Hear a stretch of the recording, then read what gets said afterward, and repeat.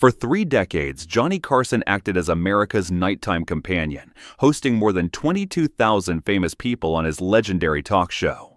His warm personality and relaxed questioning style made stars comfortable enough to drop their defenses, occasionally sharing more than they planned. Carson's greatness as an interviewer came from his exceptional skill at spotting dishonesty. He had this amazing ability to detect when guests weren't telling the complete truth. His responses became famous for their subtlety: a slight lift of his brow, that characteristic grin, the perfectly placed follow-up that revealed inconsistencies without directly accusing anyone of dishonesty. A producer who spent over 10 years working alongside Carson explained how Johnny possessed an extraordinary sense for detecting false statements. He recognized when people embellished their stories, inflated their significance, or attempted to alter their past. His unique quality was the way he managed these situations with enough resistance to signal his skepticism to viewers, yet never so harshly that it embarrassed his guests. We're examining 8 remarkable instances when Carson's sharp instincts for detecting falsehoods kicked into action during live broadcasts. These encounters, ranging from lighthearted to awkward, demonstrate Carson's exceptional interviewing abilities and the delicate balance between truth and public image in show business. These moments happened when Hollywood's manufactured stories met Johnny's polite but firm dedication to honesty. We'll start with a famous actor whose effort to appear younger ran into trouble when Carson's simple question exposed a contradiction that had been obvious all along. Tony Curtis.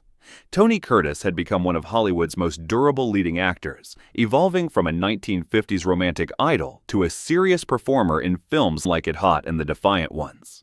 When he visited the program in the late 70s, Curtis still looked remarkably youthful, an appearance he apparently wanted to enhance by claiming he was considerably younger than reality. Curtis belonged to old Hollywood's system, where studios routinely reduced actors' ages.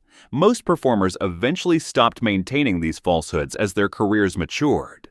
Tony never abandoned the practice. He continually moved his birth year forward. The discrepancy surfaced during a relaxed discussion about World War II. Curtis shared a story from his Navy days when Carson, always attentive to specifics, posed what seemed like a harmless question about Curtis's age during that period. The actor provided an age that would have made him barely a teenager during his military duty, which was mathematically impossible based on the timeline he'd just mentioned. Someone operating the camera who focused on Carson during this moment recalled seeing Johnny's mental calculations working. His eyes got that playful sparkle, not cruel but certainly entertained, and he asked Curtis to clarify his age again. Curtis immediately began stumbling over his words, attempting to fix his numbers while speaking. The revealing part wasn't just Curtis's obvious unease, but how Carson dealt with it. Instead of pointing out the impossibility directly, he simply allowed that mathematical contradiction to exist with a kind smile, letting the audience figure it out themselves while giving Curtis a way to escape the uncomfortable situation. A director from the show observed that Johnny never used the word dishonesty.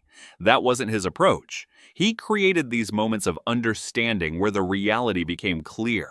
The audience grasped it right away. You could hear everyone quietly laughing as they worked out the math in their heads. This exchange showed a key element of Carson's technique. He revealed contradictions without causing conflict. Unlike today's interviewers who might challenge guests head-on, Carson let truth emerge naturally through dialogue, keeping the show's friendly atmosphere intact, even while gently exposing celebrity fabrication. Following the broadcast, Johnny commented about the incident to colleagues. He wasn't critical about it. He simply found it funny how certain stars held onto these stories that could be so easily challenged.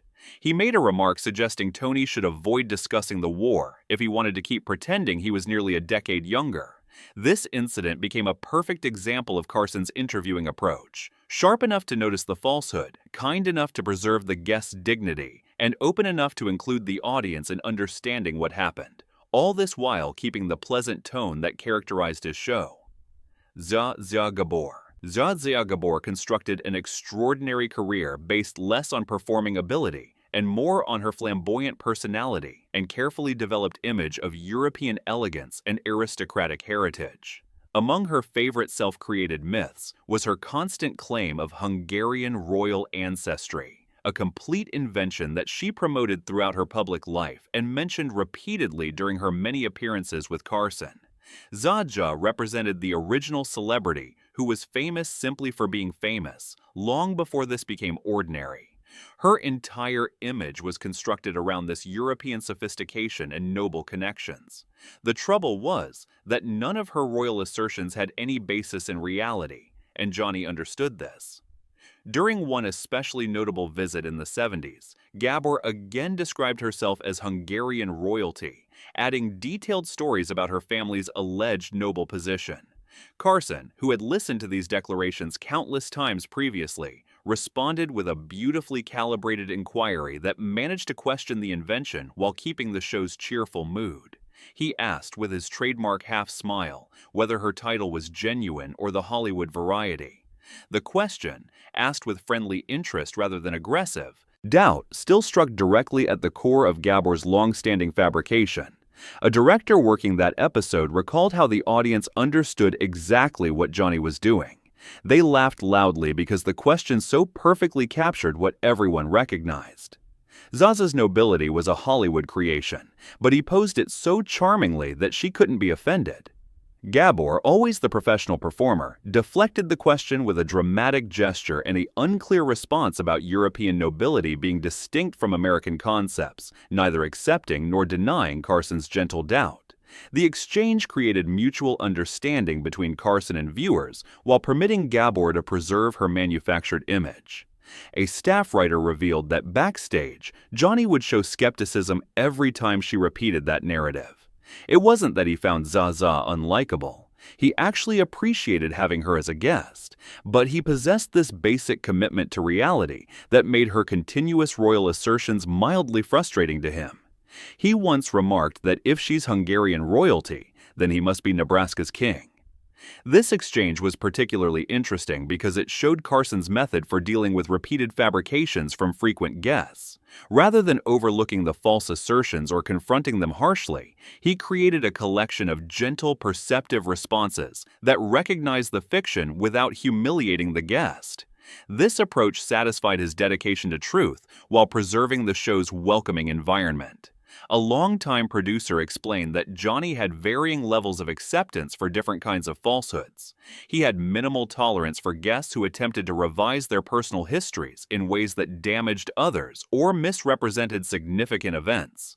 But the harmless self-mythologizing that someone like Zsa Zsa practiced, he treated that more as amusement deserving a gentle poke rather than serious opposition. The Gabor interactions became something of a continuous inside reference for devoted viewers.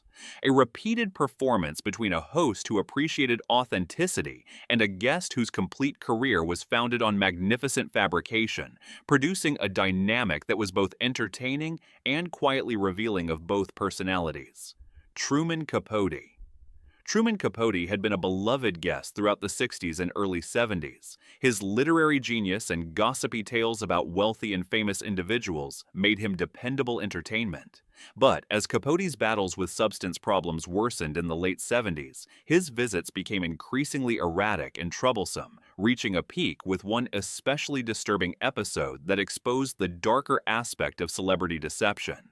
Capote showed up for his planned appearance in dreadful condition. A production assistant working that evening remembered he was obviously intoxicated, his speech was slurred, and he couldn't stand steadily. There were genuine conversations backstage about canceling the segment completely. However, the author's publicist maintained that Capote was merely exhausted from his promotional tour and would perform fine once cameras started rolling. When Carson asked directly whether Capote felt acceptable, the author stated he was entirely sober, blaming his affected speaking on tiredness. What happened next became one of the show's most distressing segments ever recorded. A director in the control room that night noted that Johnny recognized immediately that Capote was being dishonest about his sobriety. Carson had encountered sufficient intoxicated guests throughout the years to identify the indicators. You could observe a moment of disappointment flash across his expression when Capote insisted he was sober.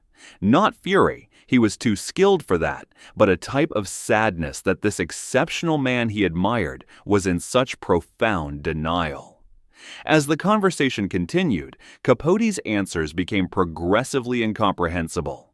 He would begin responses that disintegrated into unintelligible sounds, abandon his thoughts halfway through sentences, and at multiple points seemed to briefly forget his location. Carson, utilizing decades of skill, attempted various approaches to rescue the segment, but the circumstances worsened quickly. A writer who observed the appearance explained that Carson possessed this extraordinary capacity to save struggling interviews. He could typically discover some approach to make even the most challenging guest presentable, but Capote had progressed beyond the stage where even Johnny's abilities could help. It was genuinely heartbreaking to witness. Following a particularly confused response from Capote, Carson made the unusual choice to end the segment prematurely, transitioning to commercial break sooner than scheduled. When the broadcast resumed, Capote had been removed from the stage, and Carson proceeded to the following segment without any clarification to viewers. An NBC executive who managed the consequences recalled that the aftermath was extraordinary. No publicity photographs were distributed from the appearance, and the segment was essentially hidden. Capote's publicist later privately acknowledged to the production staff that he had actually been intoxicated despite earlier denials. What separated this incident from other celebrity fabrications on Carson's program was the severe nature of the falsehood. This wasn't innocent age vanity or self-aggrandizing statements of achievement. It was denial of a critical substance problem that was visibly impacting Capote's well-being and profession. Carson's response reflected this seriousness. A producer who spoke with Carson following the incident noted that Johnny adopted a significantly firmer position on this form of deception. He found it authentically disturbing rather than entertaining. He informed several colleagues that this wasn't merely uncomfortable television, it was observing someone harming themselves while refusing to admit there's a difficulty. He clarified that Capote wouldn't receive another invitation until he sought assistance. The incident demonstrated a significant boundary in Carson's otherwise accepting approach to celebrity fabrications. When falsehoods moved from innocent vanity or image construction into enabling harmful behavior, his gentle humor transformed into genuine worry and more substantial responses. Robert Blake had constructed a prosperous career portraying intense, frequently unpredictable characters, most famously in the successful television series Beretta. His Hollywood reputation for being problematic on sets was firmly established when he visited the program in the late 70s. During his conversation with Carson, the discussion turned to this reputation, leading Blake to offer an energetic defense of his professional behavior. Blake insisted with clear intensity that he'd never shouted at crew members. He claimed that was merely Hollywood rumors. He acknowledged being passionate about the work, certainly, but maintained he respected his colleagues. Anyone claiming otherwise was spreading falsehoods. Carson's response to this assertion became an immediate classic among program staff, a flawless example of his capacity to convey enormous meaning without uttering a word. Rather than directly disputing Blake's statement, Carson simply produced a facial expression that longtime audience members instantly identified as his doubt look: lifted eyebrows, minor head tilt, and the hint of a grin at his mouth's edges. A camera operator who recorded the moment recalled that expression was pure Carson excellence. He didn't require words. His face accomplished everything, and the audience comprehended immediately. There was this surge of knowing amusement because everyone grasped exactly what Johnny was communicating without a single syllable. What made Carson's response especially effective was the background behind it. According to numerous staff members, Blake had arrived at the studio earlier that day and had actually been harsh with Tonight Show crew members, generating tension backstage hours before his on-air assertion of never participating in such conduct. A stage manager who observed both the backstage behavior and Carson's response explained that Johnny made that face because he knew Blake had been aggressive with a stage worker literally 1 hour prior to the interview. It wasn't merely Hollywood gossip. It was conduct Carson had indirectly witnessed in his own studio that identical day. Following the broadcast, Carson reportedly mentioned the contradiction to Ed McMahon, observing that Blake had been aggressive with the stage worker an hour earlier. This observation, shared as a private comment rather than a public accusation, exemplified Carson's method for managing celebrity fabrications, noting the contradiction without generating an on-air confrontation that would have interrupted the show's atmosphere.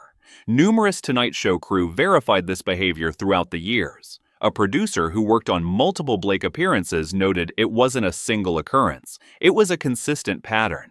Johnny was especially responsive to how guests treated his crew. He might allow vanity or self-advancement pass with a gentle joke, but disrespect towards staff troubled him on a deeper level. What made the moment particularly meaningful was how it displayed Carson's devotion to his team. While he would seldom embarrass a guest publicly, his subtle response to Blake's assertion sent an unmistakable message that he was conscious of how the actor had treated Tonight Show staff and didn't accept the fabricated account of events. A longtime associate explained that Johnny believed in maintaining the show entertaining and pleasant, but he also believed in defending his people. That facial expression was his method of accomplishing both, informing the audience he wasn't accepting Blake's assertion while preserving enough ambiguity that the interview could proceed without confrontation. The Blake incident became a model example of Carson's interviewing philosophy, finding the ideal balance between entertainment and authenticity, between courtesy to guests and allegiance to truth. It was, as one staff member described it, Johnny at his most characteristic, communicating everything while technically communicating nothing whatsoever. By the mid-'80s, Madonna had positioned herself as music's leading provocateur with controversial videos, boundary-pushing performances, and a deliberately constructed image centered around sexual freedom and religious challenge. When she visited the program in 1987, her segment rapidly became notorious for its sexual suggestions and provocative remarks that challenged the limits of what was permissible on network television during that era. After Carson gently indicated that some of her comments appeared intended to shock viewers, Madonna provided an unconvincing denial that prompted one of Carson's most memorably understated responses. She insisted with an innocence that contradicted her complete public image and the substance of the preceding conversation that she wasn't attempting to shock anyone. Carson responded with flawless deadpan delivery that she must behave that way in church as well. His lifted eyebrow and perceptive smile made it completely obvious he wasn't accepting her innocent performance for a moment. A director in the control booth that evening remembered the audience erupted. It was vintage Carson, identifying the obvious fabrication without directly accusing her of dishonesty. He utilized humor to indicate the absurdity of her assertion while preserving the show's pleasant tone. What made the exchange especially revealing was Madonna's response to being so skillfully challenged. Accustomed to managing her narrative and image, she appeared briefly surprised by Carson's capacity to penetrate her rehearsed persona with a single remark. For a short moment, the deliberately built Madonna image wavered as the actual person behind it registered authentic surprise. A camera operator focused on Madonna during the exchange noted you could recognize she wasn't accustomed to being questioned on her fabrications, even in Johnny's gentle manner. Most interviewers either accepted her provocations at surface value or displayed shock, precisely the response she desired. Carson did neither. He simply emphasized the evident contradiction with humor, which proved significantly more powerful than either moral outrage or cooperation.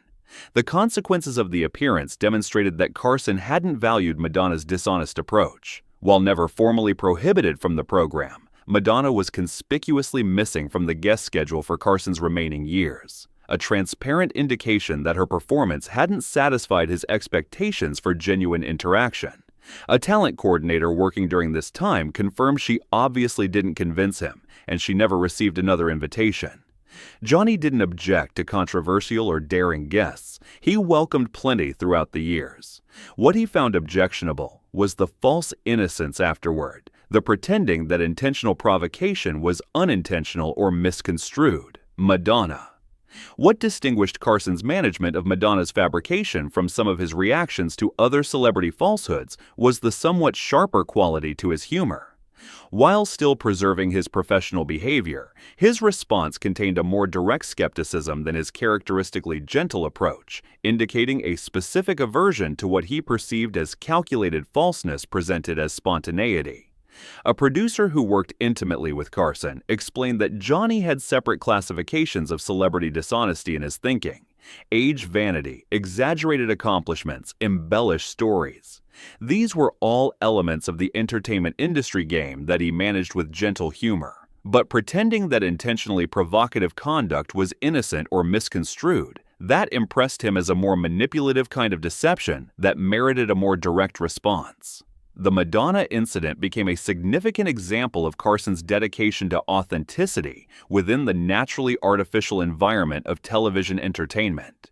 His conviction that while performance was anticipated and accepted, there should be an implicit honesty about the character of that performance rather than a disingenuous rejection of its purpose. Burt Reynolds. Burt Reynolds was among Carson's preferred recurring guests. Their genuine chemistry and mutual sense of humor created unforgettable television throughout the 70s and 80s. Their relationship developed to include complex practical jokes and arranged pranks that thrilled audiences. During one especially famous visit, Reynolds started what seemed like a spontaneous prank battle, concluding with him striking Carson with a considerable amount of shaving foam. When Carson, covered in foam but laughing, questioned whether this had been arranged, Reynolds maintained everything was completely spontaneous and unplanned. It was an assertion that Carson immediately and playfully disproved by reaching into his desk compartment and extracting a note card with the evening's schedule. Carson questioned what the card stated while displaying it for the cameras. Burt strikes Johnny with shaving foam. The audience exploded in amusement as Reynolds smiled, discovered in an innocent but evident fabrication about the allegedly impromptu character of their antics. A segment producer who had assisted coordinating the prank beforehand noted it was all entertaining, but it was a falsehood. They had completely arranged the entire sequence beforehand, including precisely when and how the shaving foam would materialize. Johnny wasn't genuinely surprised by the prank itself. He was participating, but he appreciated the layered comedy of pretending to reveal Burt's assertion of spontaneity. What made this incident distinct from other celebrity fabrications on the program was its completely playful character. Neither Carson nor Reynolds anticipated the audience to genuinely believe the pranks were unscheduled. The humor originated precisely from the revelation of this evident fiction, generating another dimension of entertainment for viewers. A writer who worked on multiple Reynolds appearances explained this was a distinct variety of falsehood, more of a performance tradition than actual deception. It resembled when a magician declares something is an ordinary item before pulling out something surprising. Nobody genuinely believes the claim.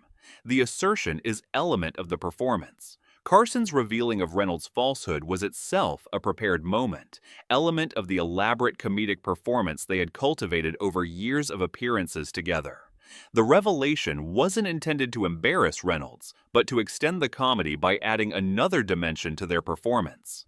The exposure moment was as deliberately arranged as the prank itself. A director who worked on many of their segments recalled that Johnny and Burt possessed this flawless comedy connection. They comprehended exactly how to interact with each other, including how to generate these moments of revealed deception that were actually just another element in their comedy sequence. It resembled observing two skilled musicians who could predict each other's creative choices. The Reynolds incidents represented a distinctive classification in Carson's management of celebrity fabrications, the mutually recognized performance falsehood where the pretense of spontaneity was itself element of the entertainment. Unlike other instances where Carson gently revealed actual attempts at deception, these moments with Reynolds were collaborative comedy. Productions where the falsehood and its revelation were both element of the arranged performance. A longtime producer observed those segments with Burt were Carson's adaptation of manufactured reality television before that idea existed. Everyone, Johnny, Burt, and the audience comprehended the activity. The supposed spontaneity and its subsequent revelation were both element of the entertainment. It was a refined form of performance that recognized the audience's intelligence rather than attempting to genuinely deceive anyone. The Reynolds pranks showed Carson's flexibility as an interviewer and entertainer, his capacity to incorporate numerous levels of performance and commentary while preserving the show's characteristic warmth and accessibility. They also emphasized his comprehension that distinct varieties of untruths serve distinct purposes in the entertainment environment, requiring distinct management to generate the most gratifying experience for viewers. George Jessel. George Jessel represented an earlier period of entertainment, a vaudeville performer and early film personality whose comedy approach had been established in the 20s and 30s. When he visited the program in the early 70s, his approach to humor had become disturbingly outdated, especially concerning racial and ethnic material that mainstream entertainment had mostly rejected as sensibilities developed. During his appearance, Jessel presented a joke with racially offensive substance that generated uncomfortable silence in the studio. When Carson, visibly displeased, observed the audience's response, Jessel intensified with a fabrication that revealed the generation division in entertainment. He insisted everyone appreciated his material. People anticipated it from him. A director working that evening recalled Carson interrupted for commercial early. It was among the uncommon times you observed authentic displeasure from Johnny publicly. Not fury, he was too skilled for that, but an unmistakable, evident disapproval that even the most informal viewer could recognize. What made Jessel's fabrication especially disturbing wasn't merely the offensive character of his material, but his clear incapacity to acknowledge how dramatically entertainment expectations had transformed. His assertion that everyone appreciated content that had obviously made the studio audience uncomfortable exposed a performer who had neglected to develop with the times or recognize changing cultural standards. A production assistant who overheard Carson's backstage remarks revealed staff said Carson privately described it as repulsive. He informed his producer that wasn't what this program represented. Johnny possessed strong convictions about what was suitable for his program, and Jessel had violated an unmistakable boundary. Unlike some of Carson's other responses to celebrity fabrications, his response to Jessel's false assertion about audience reception wasn't humorous or gently mocking. It was an uncommon moment of visible disapproval from television's most controlled personality, a departure from his characteristic friendliness that communicated to viewers the seriousness with which he regarded the circumstances. A talent coordinator from that time noted the consequences guaranteed he wasn't invited again. Carson seldom prohibited guests completely. He favored letting bookings naturally disappear rather than making dramatic declarations. But when someone violated his expectations as obviously as Jessel had, they simply vanished from the guest schedule permanently. What distinguished this incident from other celebrity fabrications on the program was how it exposed Carson's moral boundaries. While he could be accepting of innocent vanity or self-advancement, he possessed no acceptance for fabrications that functioned to defend content he regarded genuinely offensive or damaging. In such situations, his characteristic gentle humor transformed into a more direct, if still professional, rejection. A writer who worked during this time explained that Johnny was a creation of his era in numerous ways, but he was also someone who believed entertainment should develop. He possessed no tolerance for performers who maintained outdated, offensive material while falsely asserting universal acceptance for it. That variety of self-deception impressed him as especially worthy of rejection. The Jessel incident became a reference situation for Tonight Show staff, an illustration of where Carson established the boundary between acceptable entertainment fabrications and unacceptable ones. It exposed that beneath Carson's pleasant television image was a man with unmistakable moral boundaries and a readiness to implement them, even at the expense of smooth entertainment. Chuck Berry, among rock and roll's establishing pioneers, was scheduled to perform on the program in the late 70s. When earlier segments extended long, delaying Berry's performance later than arranged, a production assistant was dispatched to notify him of the postponement and measure his response.